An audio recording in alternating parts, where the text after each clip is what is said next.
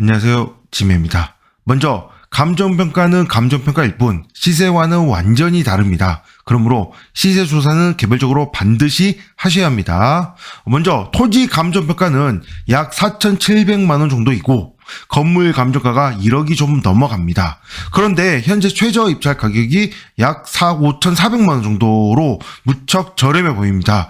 감정평가서에 있는 사진을 먼저 보면 얼핏 보면 그리 비싼 건물은 아닌 듯 보입니다. 방이 3개이고 화장실 2개, 건물 전용 평수가 41.42평입니다.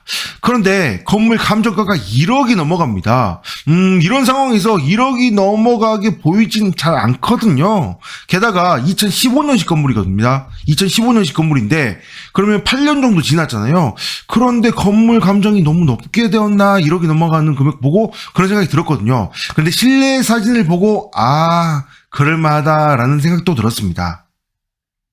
건물의 겉모습과는 완전히 달라 보이는 실내입니다. 이 정도면 건물 감정이 1억은 할 것 같습니다. 물론 직접 가서 보는 것과 사진으로 보는 건 차이가 많이 날 테니 그래도 운이 좋다면 토지 감정가보다 조금 돈을 더 주면 건물을 그냥 주는 그런 상황인 건 변함이 없는 거죠.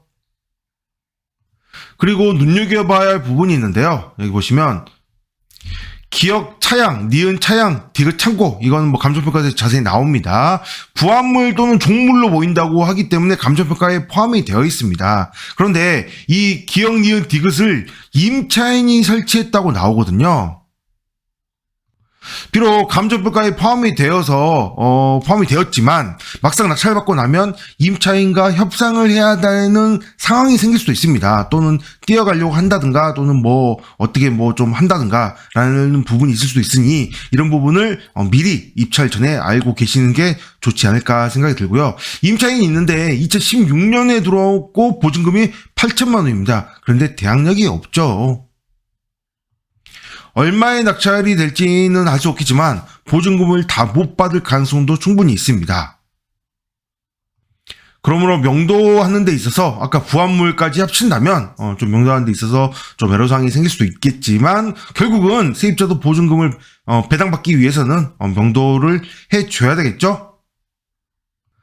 이런 조용한 곳에 전원주택 하나 놔두고 가끔 가서 쉬거나 지인에게 빌려주거나 등등 여러 가지 용도로 사용할 수 있지 않을까 싶습니다.